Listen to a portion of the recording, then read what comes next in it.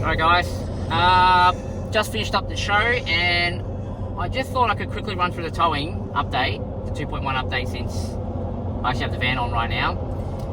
Basically, there are heaps of other things they did in this update, but I'm only going to touch with the towing since that's the one that's most critical for me and probably for a lot of guys that are towing. When you tow, you get this option here, guys, where you can go between your trailer loads, basically. For like my T-van, I'm going to be sitting between the 750 and 1499 kilogram rating.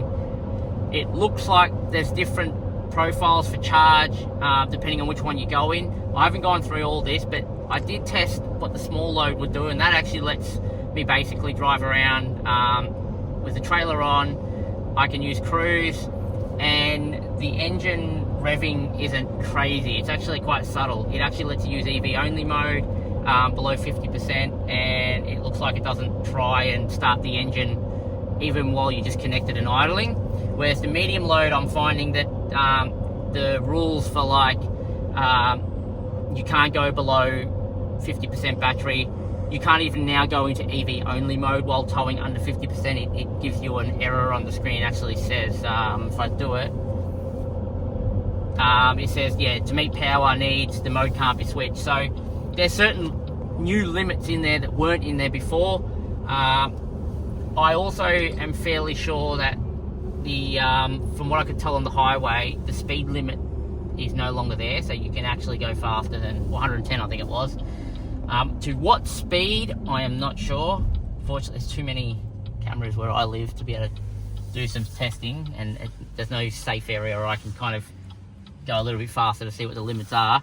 But I know it's not 110, so you know that's a good thing. We also have cruise now, and it's a very basic cruise. So while you're in tow mode, your I think your adaptive, your emergency braking and cross traffic's all turned off.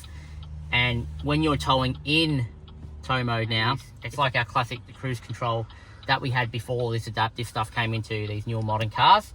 You basically just press your cruise button here, and then you basically press down on your set, and you'll get your old cruise symbol come up on the screen, and then basically a text word that says set, and you're basically cruising. It'll say cruise is now activated, drive cautiously or something like that.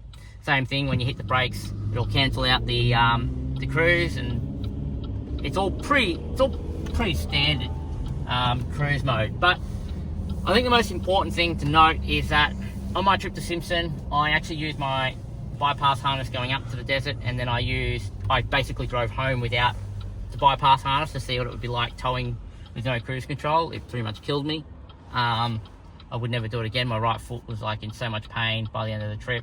So it's really good that this update came out, of course, after I get back.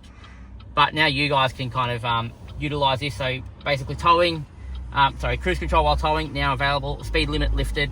To what speed I'm not sure, but it's a lot better than what it was. I was able to overtake the other day when I was on the way to the show. And each setting here with your trailer weights, guys, now corresponds to how the petrol engine acts as a generator. I reckon if you're in heavy load, it's going to rev all the way up to 4,000.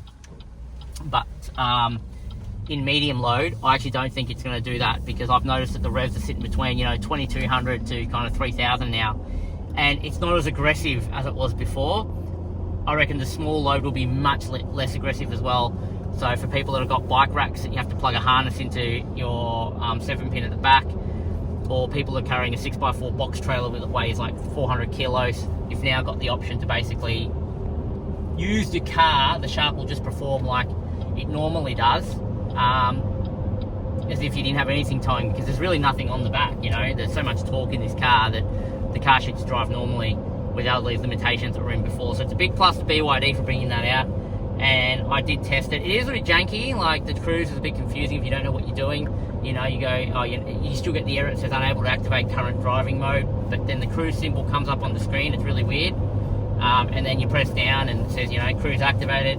Like, it seems like they kind of rushed it a little bit, but the most important thing is it is there and it's working. So anyway, guys, I will do a couple more videos coming up soon, probably more in depth on this once I'm able to test this a bit more, and we'll talk about all the new upgrades on the car in more detail once I've actually had time to test them off-road and kind of give you my feedback on them. Chuck a comment below if you have anything you want me to test that I might miss, and even if it's got nothing to do with towing or the update or the recent upgrades that I've got, if you have any questions at all, feel free to ask in this video, so that way when I do my next video I can chuck it in my list of things to kind of make sure I cover, or try and cover.